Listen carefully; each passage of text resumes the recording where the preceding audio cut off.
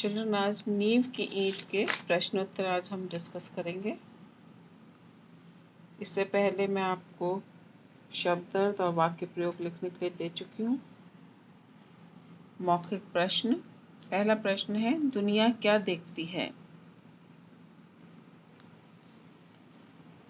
दुनिया बाहरी चमक दमक देखती है, ऊपर का आवरण देखती है, आवरण के नीचे जो सत्य है उस ओर नहीं देखती। दूसरा प्रश्न, हम नींव के गीत क्यों नहीं गाते? हम नींव के गीत इसलिए नहीं गाते क्योंकि वह सत्य है और सत्य कठोर और भद्दा होता है, इसलिए हम सत्य से दूर भागते हैं। अगला प्रश्न है, सुंदर सृष्टि क्या चाहती है? सुंदर सृष्टि हमेशा बलिदान चाहती है, चाहे वह बलिदान ईंट का हो या फिर व्यक्ति का। अगला प्रश्न, ईसाई धर्म को किसने अमर बनाया? ईसाई धर्म को ईसा मसीह ने अमर बनाया। नए समाज के निर्माण के लिए क्या चाहिए? नए समाज के निर्माण के लिए हमें नींव की ईंट चाहिए, जो नए समाज को एक नई दिशा और एक नई ऊंचाई दे सके। फिर लिखित प्रश्न है, मौखिक प्रश्न बच्चों बुक से ही लर्न करिएगा। लिखित का पहला प्रश्न है, नींव की ईंट और कंगूरे की ईंट दोनों क्यों वंदनीय हैं?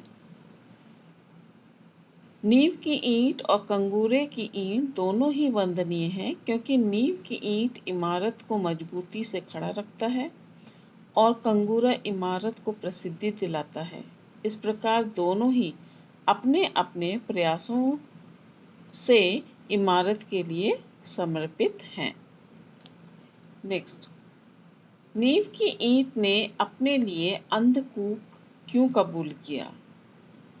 नींव की ईंट ने अपने लिए अंधकूप इसलिए कबूल किया ताकि ऊपर के उसके ईंट साथियों को स्वच्छ हवा और सूर्य की सुनहरी रोशनी मिलती रहे।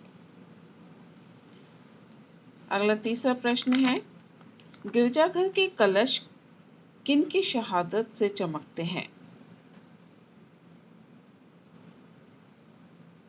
जो ईसाई धर्म के प्रचार में जिंदा जलाए गए, शूली पर चढ़ाए गए, जंगली जानवरों के शिकार हुए, भूख प्यास के शिकार हुए, जिनके कहीं नाम नहीं लिखे गए और न ही उनकी चर्चा हुई, लेकिन वे नीम के ईंट थे और गिरजाघर के कलश उन्हीं की शहादत से चमकते हैं। विदेशी वृत्तासुर से क्या तात्पर्य है और वे कौन थे? विदेशी वृत्तासुर से तात्पर्य है अंग्रेजी प्रशासन से, जिन्होंने लगभग भारत में 200 वर्षों तक राज्य किया, किंतु अनेकों स्वतंत्रता सेनानियों की वीरता और बलिदानों के बाद हमें स्वतंत्रता प्राप्त हुई थी। नेक्स्ट प्रश्न, आजकल के नौजवानों में कंगूरा बनने की होड़ क्यों मची हुई है? आजकल के नौजवानों में कंगूरा बनने की होड़ इसलिए मची हुई है क्योंकि हर कोई प्रसिद्धि, ऊंचा पद पाने और सुख सुविधाओं को पाने के लिए भाग रहा है। निस्वार्थ भाव से देश सेवा करने की इच्छा सब में समाप्त हो चुकी है। सब कंगूरा बनना तो चाहते हैं, नींव की ईंट बनना कोई नहीं चाहता। आखिरी प्रश्न, आज देश को किन नौजवानों की आवश्यकता है या जरूरत है? आज देश को ऐसे नौजवानों की जरूरत है जो फल की इच्छा त्याग कर मौन भाव से देश सेवा में अपना सहयोग दें और जिनके द्वारा देश उन्नति और प्रगति की ओर अग्रसर हो। आज देश को ऐसे ही नींव के ईंट बनने वाले नवयुवकों की जरूरत है। इसके बाद आशय स्पष्ट कीजिएगा। इसमें आप पहले रेफरेंस देंगे, जैसे ये पंक्ति हमारी पाठ्य पुस्तक मेधा के पाठ 9 नींव की ईंट से ली गई है। पहला है इसमें, सुंदर समाज बने इसलिए कुछ तपे तपाए लोगों को मौन मुख शहादत का सेहरा पहनना है। इसमें लिखेंगे, यहाँ लेखक कहना चाहते हैं या इस पंक्ति में लेखक कहना चाहते हैं कि यदि सुंदर समाज का निर्माण करना है तो कुछ निस्वार्थ देशभक्तों को चुपचाप बलिदान देना होगा, अर्थात उन्हें अपनी सुख सुविधा और जीवन को चुपचाप समर्पित करना होगा।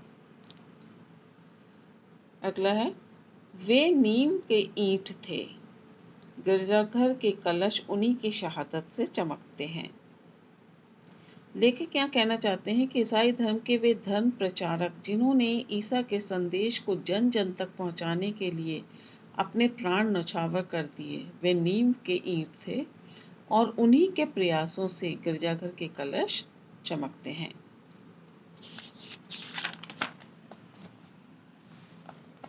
इसके पश्चात रिक्त स्थानों की पूर्ति कीजिए, ये आप स्वयं अपने आप बुक में ही करेंगे। फिर है विषय वस्तु का बोध। निम्नलिखित गद्यांश को ध्यानपूर्वक पढ़कर संबंधित प्रश्नों के उत्तर लिखिए। वह ईंट जिसने अपना अस्तित्व इसलिए विलीन कर दिया कि संसार एक सुंदर सृष्टि दिखे। सुंदर सृष्टि हमेशा ही बलिदान खोजती है, बलिदान ईंट का हो या फिर व्यक्ति का। पहला प्रश्न, लेखक ने नीम की ईंट किसे बताया है?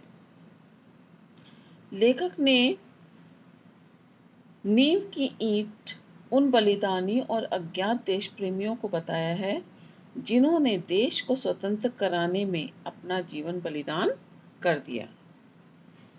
अगला प्रश्न है, नींव की ईंट का क्या अर्थ है?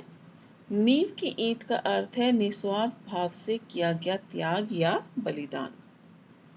अगला प्रश्न, सुंदर सृष्टि से क्या अभिप्राय है? सुंदर सृष्टि से अभिप्राय है सुंदर निर्माण करना, चाहे वह किसी वस्तु का निर्माण करना हो या फिर देश का। अगला प्रश्न, क्या सुंदर सृष्टि बलिदान खोजती है? हाँ, सुंदर सृष्टि बलिदान खोजती है, चाहे वह बलिदान किसी वस्तु का हो या फिर व्यक्ति का।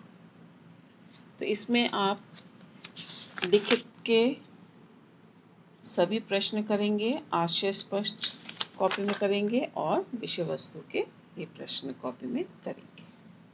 Thank you.